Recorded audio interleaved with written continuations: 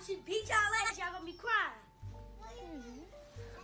And see, I don't even let my children cuss, but y'all getting on their fucking nerves. They sick of y'all. Y'all keep their name in some shit. Baby, I don't got nothing to do with that, so you can keep my name out your motherfucking mouth. You can remove my fucking name from your vocabulary, bitch. You can remove my name from your vocabulary, And ho. I'm tired of y'all playing with my mama. Just know that if it was my husband that was saying or doing the things that my mom has done, that y'all would not be telling me that I need to stay with him and talk to him and make it work. Good afternoon, everybody. Welcome back to Cafe Belmont. My name is James Belmont. Thank you for joining me.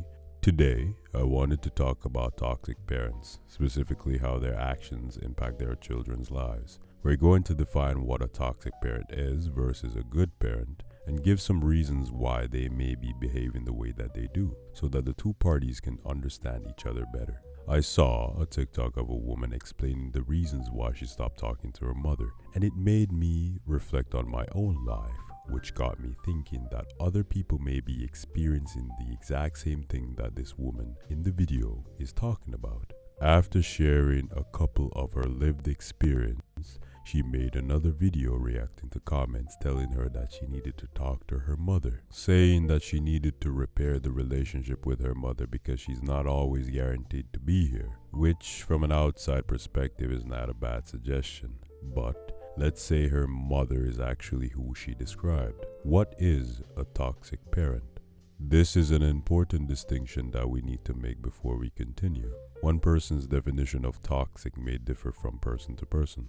It depends on how they were raised and what their worldview is. For example, a parent disagreeing with a child could be seen as toxic to another person when it is just simple discipline that the parent is trying to instill in their children. My definition of a toxic parent is when the parent is trying to live their lives through the children. They try to control every single aspect of the child's life, not giving them the chance to think for themselves. Also, comparing the child to other children that may be performing better than them in the current moment. They tend to have a my way or the highway type of attitude, and in statements that they make, if there are any inconsistencies, you are to disregard them, even though your brain is telling you it does not make any sense. When you ask them for clarification, you are basically told to shut up and stay in a child's place. But let us be fair here. Some of those things can overlap. If the child is asking you to clarify something that you don't necessarily want to explain to them because of their age, you can remain vague and not explain what exactly that thing means. By contrast, a good parent to me is the type of individual that supports your dreams, aspirations, and are not bitter. They allow you to think for yourself. As an authority figure in your life, they correct you on your mistakes and guide you in the direction where you will be better off. When you criticize something respectfully, they are able to articulate themselves and communicate the reasons why things are the way they are.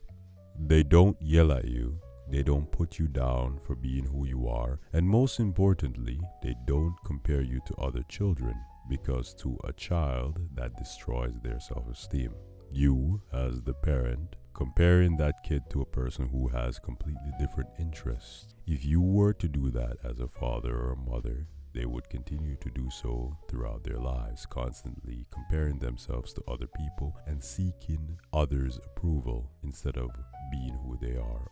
That to me is a good parent, a supportive, kind individual. Moving on. There is a misconception that because a person is a member of your family, they get to treat you any way they feel like and should be forgiven because they're your blood.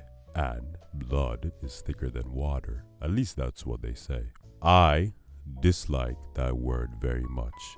I think it's a word that is used to manipulate family members in order to gain something from them or to get a family member to obey. If a regular person were to steal something from me, I would be well within my rights to be angry and quite frankly seek some form of consequence for that person. If the person who stole from you was a family member, there's almost a pressure for you to forgive them for what they did to you. There's almost like a underlined message that says, he or she is your blood. You wouldn't turn them into the police, would you? And if you did, you would be seen as the black sheep of the family, even though you were in the right. Some family dynamics are like that, and quite frankly, it disgusts me every time that I see it. A person could get away with something that hurt you and does not face any consequences because they are your blood. It is not a surprise that 50 years ago, life was a lot harder for our predecessors. We didn't have the technological advancements that we do today, and as a result, they had less opportunity and options compared to us. And I think it's really important to note that a lot of us understand the trauma that our parents went through prior to having us. We understand that they didn't have the resources that we have now. We understand that they didn't grow up the way that we have grown up with them. But all we have ever asked of them is to stop treating us as if what they've done to us has had no impact on us, especially when we've taken the time to understand how their lives and their parents have impacted them. I told my mother directly. So their worldview is completely different from ours. What we see as toxic and abusive, they might see it as pushing you to be a better person because they experienced your grandfather's way of disciplining, which often is a bit brutal to today's standards. Now, your parents, they don't beat you, but because they didn't deal with the fact that they were abused so severely, they take it out on you.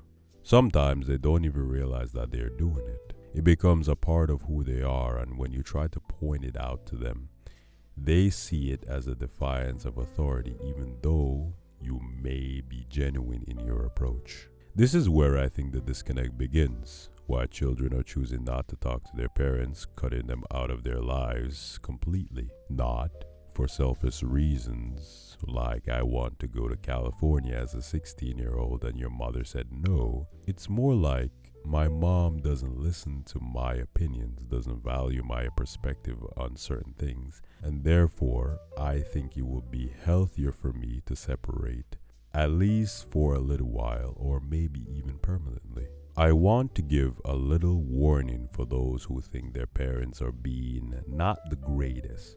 If your parents does not fall under the criteria of toxic parents, meaning that they don't verbally abuse you or physically abuse you, there is this coming of age feeling when you are a teenager. You feel as if you are grown and you can make your own decisions at, let's say, the age of 15. Please be advised that the world can be a very cruel and unforgiving place. Sometimes the rules of everyday life isn't clear. There is no manual for life. Being that young, the best way to maneuver life is by using your parents' experience to put you in the best position possible, so that when you're prepared to leave the house, you're not as disadvantaged as other people who left because they felt as if they were grown and they don't want to listen to anybody tell them what to do. This world is surprisingly cruel, and I would suggest enjoy being a kid as long as you possibly can. If the only rules you need to follow is washing a couple dishes and taking out the garbage, I don't think it's that bad. Stay with your parents as long as you can until you get your footing, then move out. That's my little advice for people who have good parents who want to take care of them. In conclusion, a family is a very important part of every human's lives. We're not built to be alone. We are a tribal species. However, sometimes it is in your best interest to separate from your family when you voice your discomfort on certain things and they violate your boundaries because they have a certain authority in your life. If there are any parents listening, I urge you to reflect on some of the things that you say to your children before you set them back from growing into the person who you want them to be. This has been Cafe Belmont. My name is James Belmont. Thank you for joining me. Before I go, tell somebody in your life that you love them, and I will see you soon. Take care.